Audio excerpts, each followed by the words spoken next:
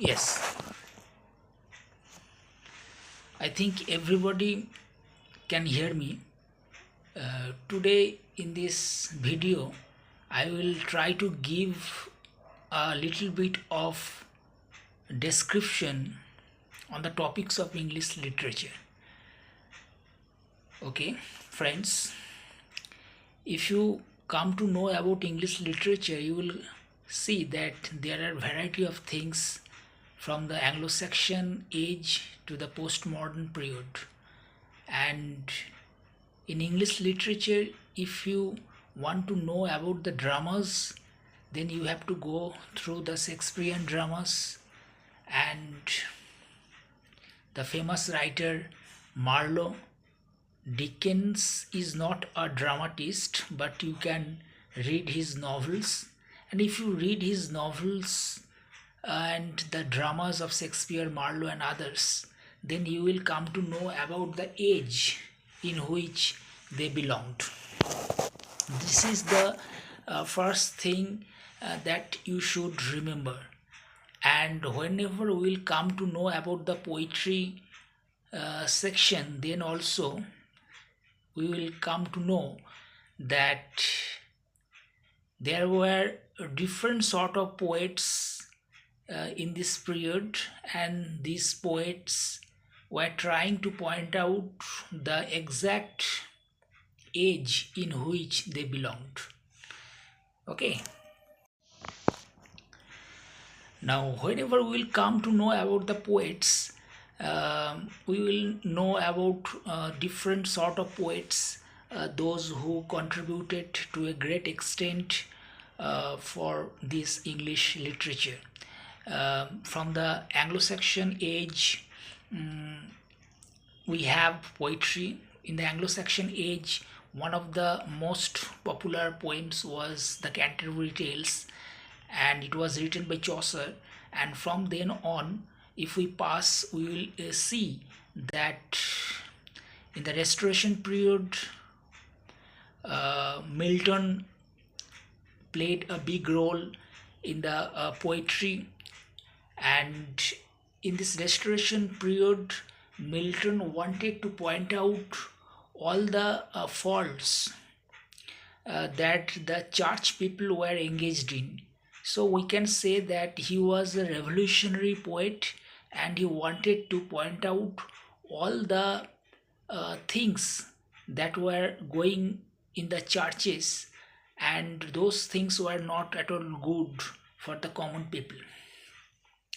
And after the Restoration period, we will come to know the Victorian age. In the Victorian age also, we have some important poets like Tennyson, Robert Browning, and these poets were also trying uh, to point out the Victorian period uh, at their best. They wanted to point out that with the prosperity of civilization and scientific inventions, people were getting detached from the from the romantic mode of life. In the what what is meant by romantic? Uh, we have to understand that these poets were were seeking to go nearer to nature. Okay, but in the Victorian period, as you all know, the England society was going through a scientific revolution, and as a result of it, people were getting detached from nature. So these poets were trying to point out from their poems the havoc impact of a civilization in the form of science and other things, which were actually trying to make the society detached from nature. So if you read their poems, you will come to know that these poets are trying to point out that too much scientific attitude is not at all good for the human beings. Now, next, when we will read about the Romantic period, in this Romantic period, we will come to know about the names of the poets like William Wordsworth, John Keats, Shelley, and many more actually. And if you read their poems, you will come to know that these poets are trying to point out the beauties of nature in everything. These poets believed that nature is the only source of joy and enjoyment in this world. These poets were trying to point out that if a human being is to live happily, he has to go to nature. It is only nature from where human beings can get life. We cannot have enjoyment in this society without the influence of nature. We can have scientific inventions, we can have modern society, but these things are useless if we are detached from nature. So if you read the Romantic poets, you will come to know that these poets are trying to point out the beauties of nature and the influences of beauties of nature in the life of human beings. Now, whenever we'll come to know about the modern and postmodern poets, we will come to know that poet we will come to know the poems of T.S. Eliot's Wasteland, Hollow Man, and many more. In Wasteland, also, T.S. Eliot is trying to point out that modern society is detached from the spiritual aspect of life. People are getting separated from the spiritualities, and according to the poet, these spiritualities are very important to live a life fully. So, all these things, these poets are trying to point out that if you do not have the spiritual aspects of life, then you are not living a life fully, okay, fully as a good human being. So these are the aspects of poetry. These are the aspects of poetry. Now, if we come to the dramas, then also you will find that in Shakespearean's dramas, if I point out the tragedies, you will come to know about Macbeth, Hamlet, Julius Caesar of Shakespeare. These are Shakespeare's greatest tragedies, and if you read them, you will come to know how um, people are getting affected with different sort of things in their life, and as a result of it, their life are getting and as a result of these, their lives are getting devastated. If I come to the point of Macbeth, you will come to know that Macbeth was not a bad human being, but it was the influence of someone. I can say that it was the influence of Banquo and Lady Macbeth that ultimately killed a beautiful soul called Macbeth. Okay, so Macbeth was involved in crimes after crime. Whenever he came to understand that he has fallen in a deep trouble in life, and it was only because of his ambition. It is only because of his ambition that Macbeth was going through a bad time in his life, and ultimately he was killed. So we can say that he could be a good general in the Duncan's army, but It was his misfortune that he got involved in ambitious notions to be the king of Scotland and to murder King Duncan, and it ultimately became the cause of his downfall. If we come to the tragedy of Hamlet, then also we'll come to know that Hamlet was a prince. He could live a life peacefully, he could live a life with all his treasures. But what happened? If we come to the drama of Hamlet, we'll come to see that Hamlet's father was killed by his uncle Claudius, and it was Hamlet, I must say that it was Prince Hamlet who knew about the murder, and he also knew that it was his uncle who killed his father. But in his court, everybody believed otherwise. They could not believe that Claudius could commit such an act. Even Hamlet's mother did not believe at first that his that Hamlet's father Claudius killed Hamlet's father. Okay, so when and it is also tragedy for Hamlet when Hamlet's mother married Claudius, in spite of knowing in the later part of the drama that uh, it was his husband's murderer with whom he is going to a courtship. So revenge is the main matter in this drama.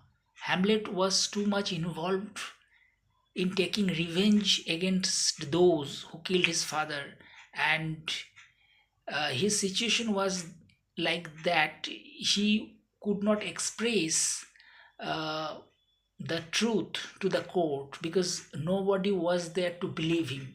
So everybody was within him. He knew many things, but he could not disclose it to anyone. So as a result of it, what happened? He always bore a, a guilt in his uh, mind that he could not express it to the nobles of the court, that it was his uncle who ultimately killed his father.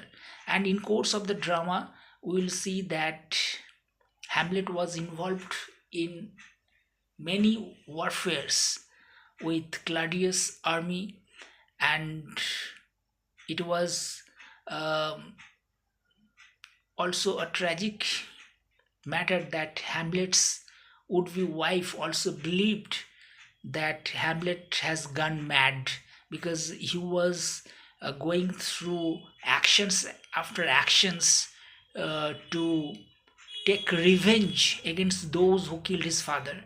So the lady whom he loved also detached herself from Hamlet. So all these things had such a bad impact in Hamlet's mind, and Hamlet also uh, involved himself in such a warfare after all these events that and he lost all the love for his life, and he also died in a battlefield. So we come to know that Hamlet was a young prince. He could live a beautiful life in his father's court, but it was only because of his revenge. We can't say yes, it's very natural to take revenge against those who have done wrong with Hamlet, and the dramatist is actually trying to point out that uh, how such a beautiful life of a prince is getting devastated after is getting devastated in many ways, one in many ways, one after another, and ultimately how death comes to him. So this is a tragedy. So in In another way, whenever you will read about Julius Caesar, you will also come to know that how the noble Caesar, Julius Caesar of Rome, was killed by some conspirators to prove that they are the truthful human beings, but actually they are not. Okay, so and as a result of this, we will come to know that the people who are getting involved themselves in the warfares at the beginning of their lives are not going happily in their afterlife. In Macbeth, we have seen that Lady Macbeth is going through the sleepwalking scene. Macbeth is seeing blood, okay, and blood, and Macbeth fears that Duncan's ghost might come to him and kill him. In the same way, in Julius Caesar, the conspirators against Julius Caesar were not going good in their afterlife, and they had to face many troubles in their life, uh, and ultimately their life was destroyed. So all these things point out that if we the human beings do not live happily, if the human beings do not respect the values of other people, if the human beings do not help the others, if the human beings are always in a torturing mood towards others, then it is bound to be that we will also not going to have a good life. We will also face many troubles, and ultimately it will damage, it will destroy the peace and prosperity of our life. So this is the main thing that Shakespeare has wanted to point out in many of his tragedies and dramas.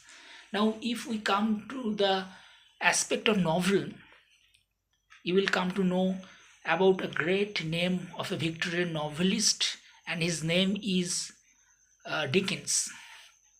In Dickens' novels, you will come to know that Dickens has pointed out the Victorian impact of commercialization and scientific attitude in the human beings, and how, as a result of all this, people are getting separated from the emotional aspects of life.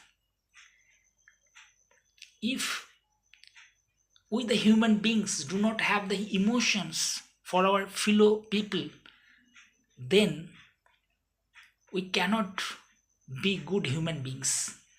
Then we cannot live happily.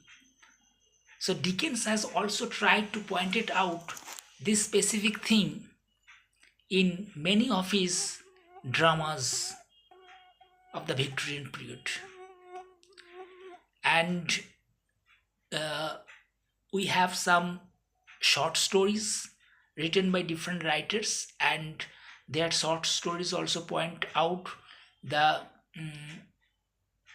the civilization in which they lived in. Okay, so this is all about English literature. And if you want to read about the American literature, then also you will come to know that in American literature, the literary masterpieces also want to point out the civilization, the time in which they lived in, and the impact of the society in their minds. So all these things are very important whenever you will come to know literature. Literature is the reflection of society. The society in which the poets, novelists, story writers, and the dramatists lived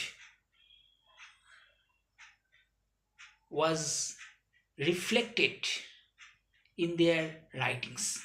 This is the main thing that you, all the students, should remember whenever you will read about any literary pieces.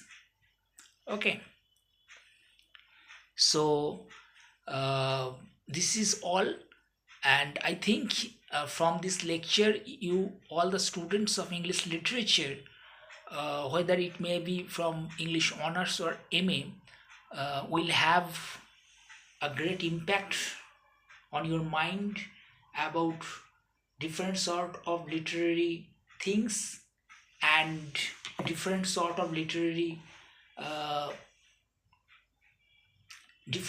literary writings, okay, that I have already discussed. And this will help you in writing well in your English honors and MA exams. Thank you, students. And if you like my video, I will expect that you will give a like to my video, and in future I think I will try to explain many more topics about English literature. And at last, I want to say that it is not about English literature. Any literature is the reflection of life.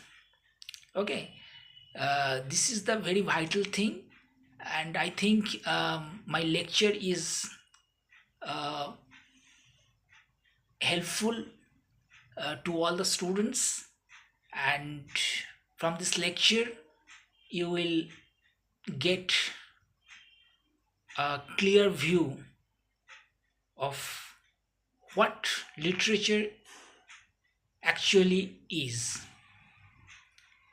and it will help you to write well in your exam. Thank you, students. Thank you.